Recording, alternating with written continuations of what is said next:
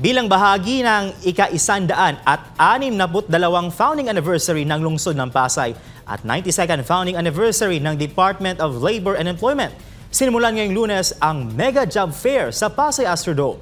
Libu-libong lokal at overseas job vacancies ang inialok. Ang ilang job seekers agad na na-hire on the spot. Isang maagang pamasko bago sumapit ang Kapaskuhan. Narito ang balita ni Cherylai. Sa kabila ng dagsa ng mga tao, mabilis at maayos ang hiring process dahil sa on-the-spot interviews na nagbigay ng agarang pagkakataon sa mga kwalipikadong aplikante na makapasok sa trabaho. Gaya ni Gerald, na bumiyahe pa mula Puerto Galera, Mindoro. Iniwan niya ang pagiging tricycle driver sa probinsya upang sumubok ng kapalaran sa Maynila. Di naman nasayang ang kanyang pagpunta dahil na-hire on the spot bilang kitchen helper sa isang kumpanya. Nagbakasakali po ako dito dahil may data po ako dito sa Cabrera. Ano yung nakita ng company? Bakit niya kayo na-hire on the spot kaagad? Willing po ako magtrabaho, ma'am. Ang fresh graduate naman na si Zaida, maagang nabiyayaan ng pamasko matapos siyang agad ding tanggapin bilang cashier. Bale, I need to maraming experience po para mas marami din pong makontribute na skills po sa company nila. Gaya ni Zaida, natanggap din agad si Regine bilang cashier sa isang kumpanya kahit may kasalukuyan na siyang trabaho.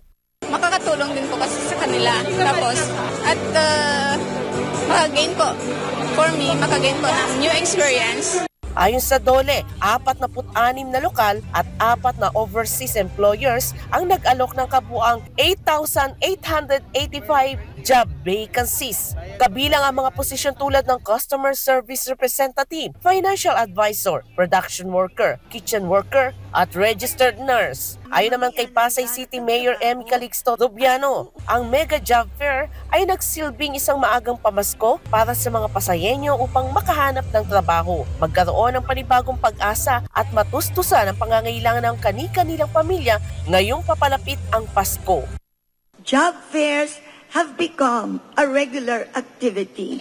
But what makes it special all the time ay ang walang mintis na pagkakaroon na hired on the spot. Bukod sa job openings, nagtayo rin ng one-stop shop government services kung saan maaaring kumuha ng pre-employment requirements at humingi ng advisory services mula sa SSS, Pag-ibig, PhilHealth, PSA, OWA, DMW, BIR, NBI, DTI at iba pa. May DOLE Employment Services at free legal assistant booth din para sa mga aplikante. Kasabay nito, nagsagawa rin ng awarding ceremony para sa mga tupad at livelihood beneficiaries.